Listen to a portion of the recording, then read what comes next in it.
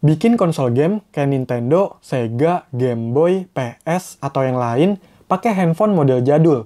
Emang bisa? Yuklah, cobain.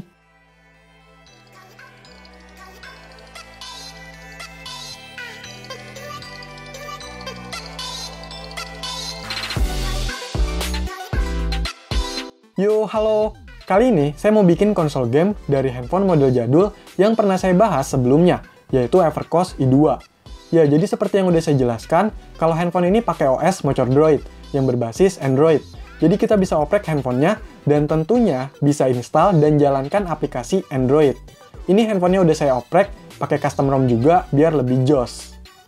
Untuk speknya memang bukan spek gaming, tapi dari video sebelumnya main game di handphone ini ternyata ada beberapa yang bisa dibilang lancar untuk dimainkan.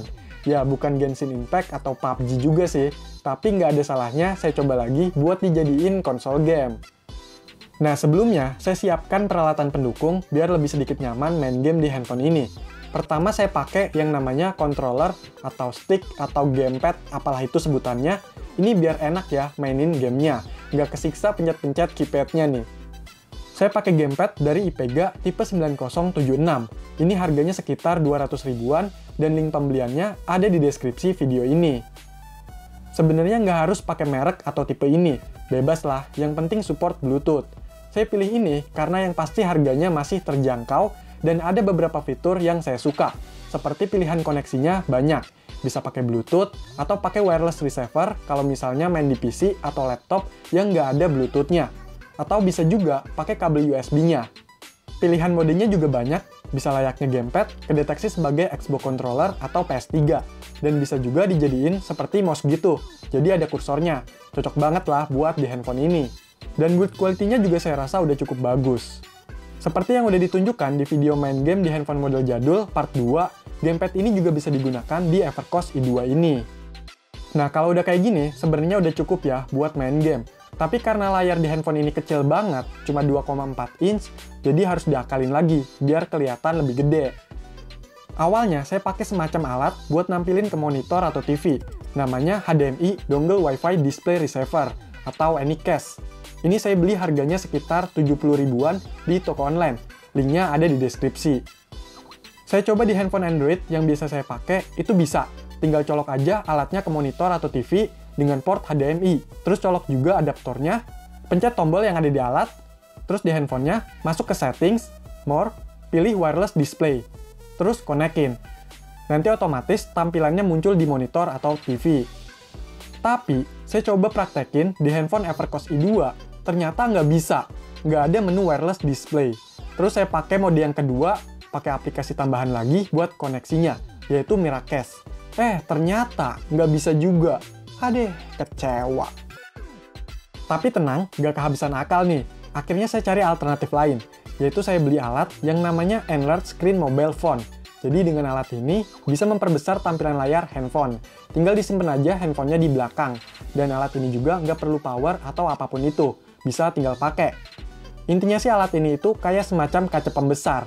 Tapi ini bukan kaca, plastik ya. Jadi plastik pembesar. Untuk harganya ini murah, cuma 6 ribuan.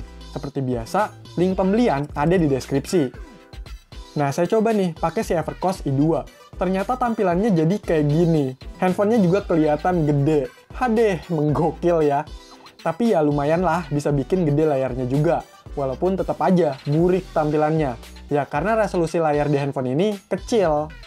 Ya ampun bang, padahal ada kok konsol game yang murah-murah atau beli handphone bekas aja yang speknya lebih bagusan. Ngapain ribet-ribet pakai handphone gituan? Iya juga sih, saya juga udah tahu. Tapi itu udah biasa ya, kalau ini kan nggak biasa dan rame. Di handphone ini, kita bisa main macam-macam game konsol, seperti main game NES atau Nintendo pakai aplikasi emulator Nostalgia NES. Itu masih lancar jaya.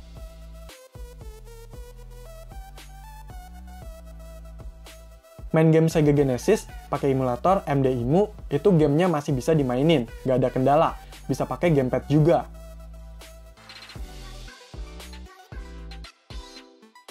Dan main Game Boy Advance pakai emulator Mayboy juga bisa.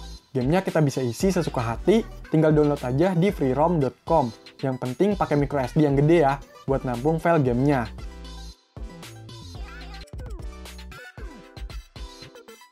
Kalau mau yang lebih berat juga bisa, misalnya main game PS1 pakai emulator IPSXi. Saya udah coba beberapa game kayak NASCAR Rumble, Jackie Chan, Harvest Moon, Tony Hawk 3, itu masih lancar-lancar aja semuanya. Yang lebih berat dan bagus lagi juga bisa. Misalnya main PSP pakai aplikasi emulator PPSSPP. Itu saya coba main game Dynasty Warriors, Naruto Ultimate Ninja Heroes, Need for Speed Most Wanted, PES 2013,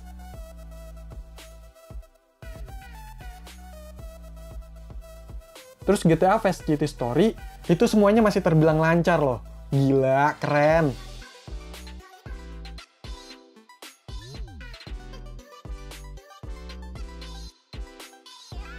Tapi kalau game yang udah termasuk berat, kayak Div Jam, God of War, atau sejenisnya, itu kewalahan banget. Gak enak dimainin.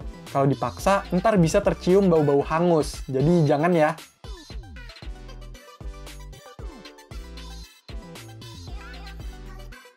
Main game Android tapi yang support gamepad juga seru.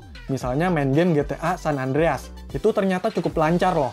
Yang penting pakai yang versi light, karena lebih ringan dan ukurannya juga nggak terlalu besar. Jujur ya, walau saya udah beberapa kali mainin handphone ini, tapi masih aja terheran-heran bisa main GTA di handphone model jadul kayak gini. Berasa khayalan zaman dulu waktu pakai handphone Nokia itu terwujud. Dulu tuh saking pengennya main GTA di handphone jadul Nokia Java, saya cari-cari game yang mirip GTA. Terus ada tuh game yang namanya Gangstar City. Itu udah seneng banget. Selain itu, misalnya nih, mau bikin-bikin sesuatu atau mau ledakin TNT, bisa main Minecraft yang Pocket Edition, tapi yang versi lama, biar support KitKat dan ringan buat handphone ini.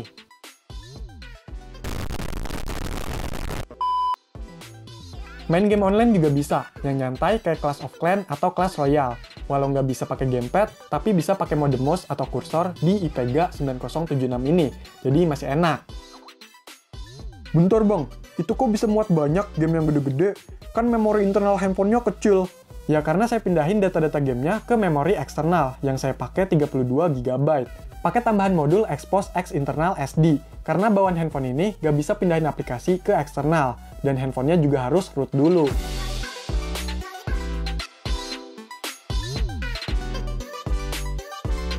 Ya sebenarnya masih banyak game konsol dan game Android lain yang bisa dimainin di handphone ini. Tapi kalau game-game berat yang pernah dicoba di video sebelumnya, kayak PUBG, FF, ML, apalagi Genshin Impact, ya jangan harap bisa dimainin di handphone ini. Udah bisa mainin game konsol dan game Android aja, menurut saya ini udah kayak handphone ajaib ya. Oke, jadi itulah pembahasan bikin konsol game pakai handphone model jadul si Evercost i2. Kalau masih ada pertanyaan atau info tambahan, silahkan komentar ya. Dan jangan lupa bersyukur dengan handphone atau konsol game yang udah kamu punya sekarang. Sekian video ini, semoga bermanfaat. Silahkan di like, share, dan subscribe channel ini. Terima kasih.